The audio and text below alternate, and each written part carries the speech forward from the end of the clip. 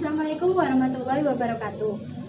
Di sini saya akan menjelaskan pertama, ekspor Indonesia pada tahun 2015 sampai tahun 2019. Yang kedua, kendala yang dihadapi ekspor Indonesia pada tahun 2015 sampai tahun 2019. Yang ketiga, strategi yang dihadapi untuk menghadapi kendala tersebut. Di era modern seperti ini, tidak bisa kita pungkiri bahwa kegiatan ekspor sangat dibutuhkan oleh beberapa negara. Salah satunya adalah negara Indonesia. Indonesia mengekspor beberapa bahan mentah seperti pala, cengkeh, teh, kacang tanah, dan juga jagung. Kegiatan ekspor ini bertujuan untuk menunjang produksi dan kemajuan negara tersebut.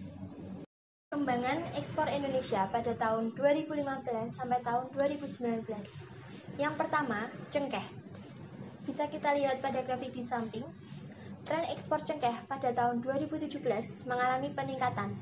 Peningkatan ini dikarenakan Indonesia sudah memiliki lahan yang luas dan tanah yang subur daripada negara lain, sehingga Indonesia bisa memproduksi cengkeh dengan kualitas dan kuantitas yang baik. Sedangkan pada tahun 2015, 2016, 2018, dan tahun 2019 mengalami penurunan dikarenakan curah hujan yang begitu tinggi, sehingga cengkeh gagal berbunga. Yang kedua, teh. Bisa kita lihat pada grafik di samping, tren ekspor teh pada tahun 2017 mengalami peningkatan dikarenakan Indonesia bekerjasama dengan negara pengekspor teh seperti India dan China.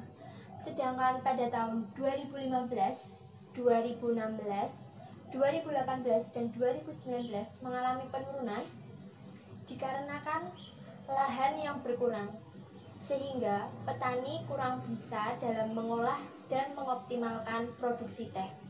Yang ketiga, pala.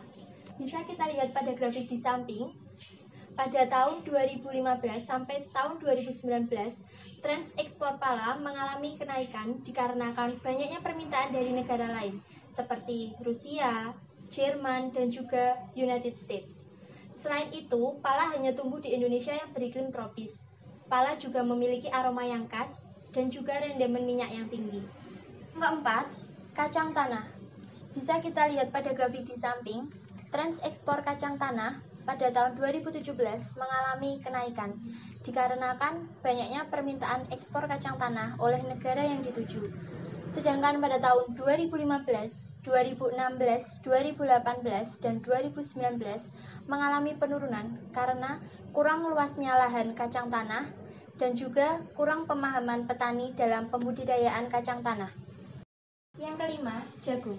Bisa kita lihat pada grafik di samping, tren ekspor jagung pada tahun 2017 dan 2018 mengalami peningkatan dikarenakan upaya pemerintah dalam meningkatkan luas lahan sawah, penanaman di lahan kering, dan integrasi jagung di lahan sawit.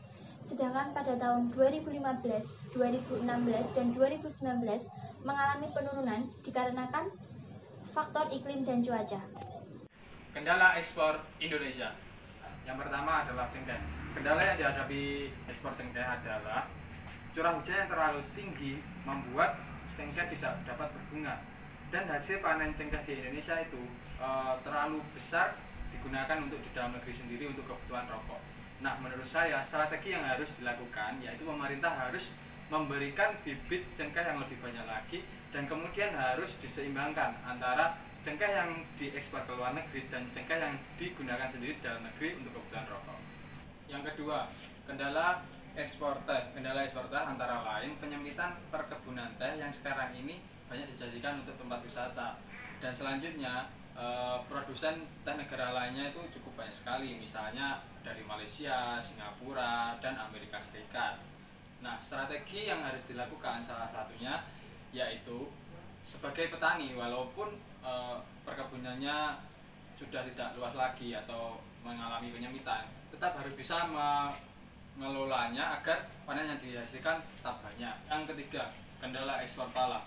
Kendala ekspor pala antara lain rendahnya produktivitas, banyak pohon-pohon pala yang sudah tua, dan kurangnya pengetahuan para petani pala, sehingga hasil pala yang dihasilkan kurang baik.